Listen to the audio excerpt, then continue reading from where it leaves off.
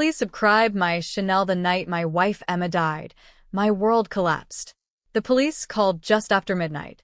Her car had skidded off a rain-soaked bridge. They said it was a tragic accident. She never made it out of the water.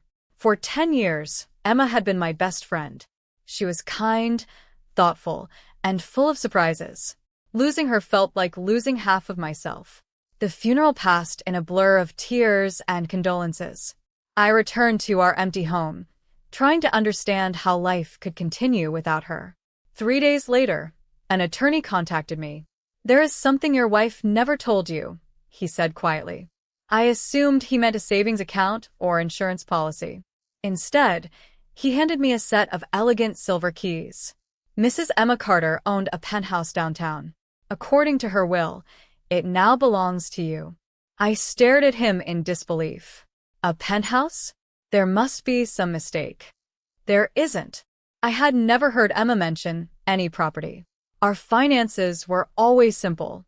We weren't wealthy. The next morning, I drove to the address. Standing before me was one of the city's most luxurious apartment towers. The receptionist smiled politely. "Welcome back, Mr. Carter." Back. I had never stepped inside that building.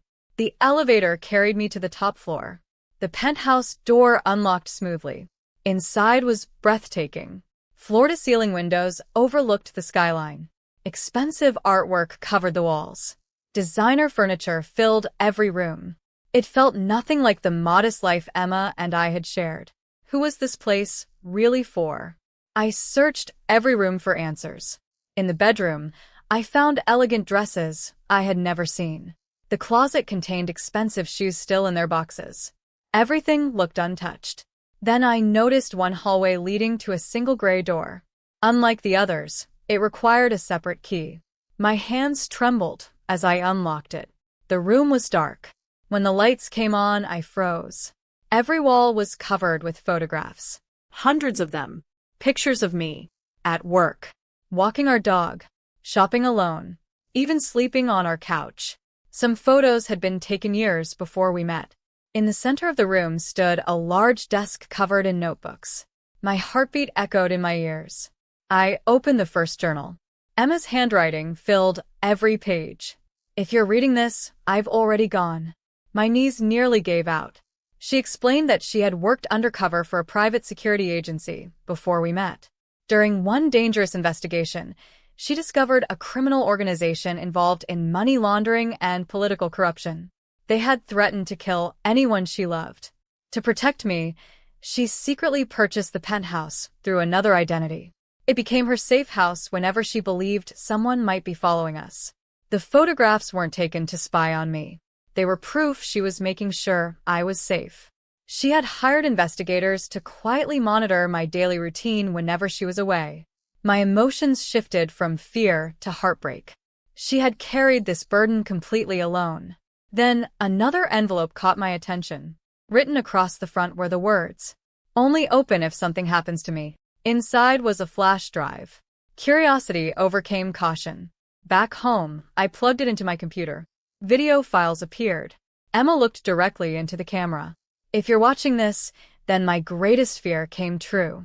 She explained that the accident wasn't random. For months, she had noticed unfamiliar cars following her. She believed someone had finally discovered her true identity. "I didn't tell you because I wanted you to live a normal life." She smiled through tears. "I loved you too much to let my past become your future." The final video ended with a list of names, bank accounts, and secret documents connected to the criminal network. At the bottom was one instruction. "Give this to Detective Michael Ross. He's the only one I trust." The next day, I contacted the detective. His expression changed the moment he saw the files. "You have no idea how important this is," he whispered. Within weeks, multiple arrests were made across the country. Millions of dollars in illegal assets were seized.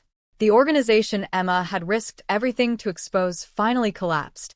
Months later, Detective Ross visited me one last time. "Your wife saved countless lives," he said. "History may never know her name, but I will never forget what she did." I eventually sold the penthouse. The money never mattered. What stayed with me was the realization that Emma had loved me so deeply she chose to carry unimaginable fear alone rather than let danger reach our home. Sometimes I still dream of opening that gray door for the first time. I remember the shock, the confusion, and finally the truth. The room didn't reveal that my wife had lived a secret life. It revealed how fiercely she had protected the life we shared. And every time I look at our wedding photo, I no longer wonder what secret she kept. I simply remember the incredible woman who sacrificed everything for the person she loved most.